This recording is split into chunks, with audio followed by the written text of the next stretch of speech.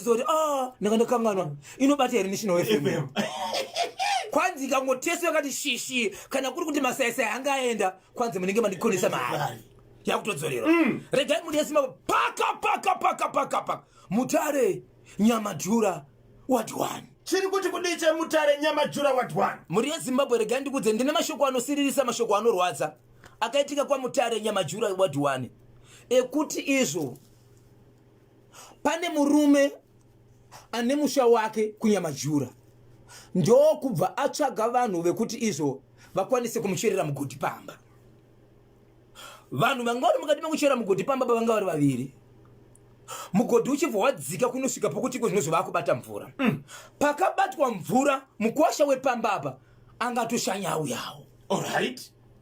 Vabata mvura zvikanzi toda kuti tikwanise kuchera tite chichidhirena mvura ishi.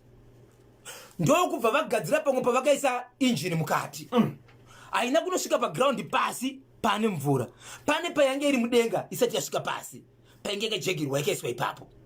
Vamwe vanhu vari pa umwe munhu achivapinda vachivaisa pipe pasi. Vamwe vanhu tu vari pasi, one ari kumusoro.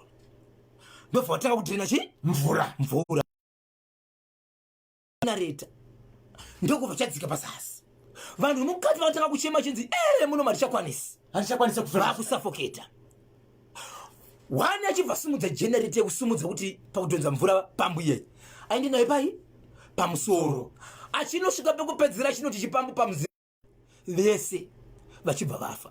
Kutaura kuno kwatiri kuita wani mumwe pane vaichera atoendeswa kwake umwe aendeswa kwake. Munhu asati abudiswa mumochari Mukwasha anga ashanya kumba kwa Tezvara. Pamba pa Tezvara ndo panga pachicherwa mugodhi. Vanhu vakasafuketa kubudikidza negenerator. Vari vatatu. Tu vachera mugodhi nemukwasha ingoti pari kucherwa mugodhi kama Tezvara. Andingarike kubatsira naye achibva afa. Nematambudziko baba Isabel. Zvakaoma ngoma kede. Inzwai munzwe chiri kubva kwa Mutare Nyamadhura what one. Munoti kudini kovedare 0713-938-538 0713-938-538. Mamuka seune ko Honorable Marieni Chombo. Hanzi takachibata chemote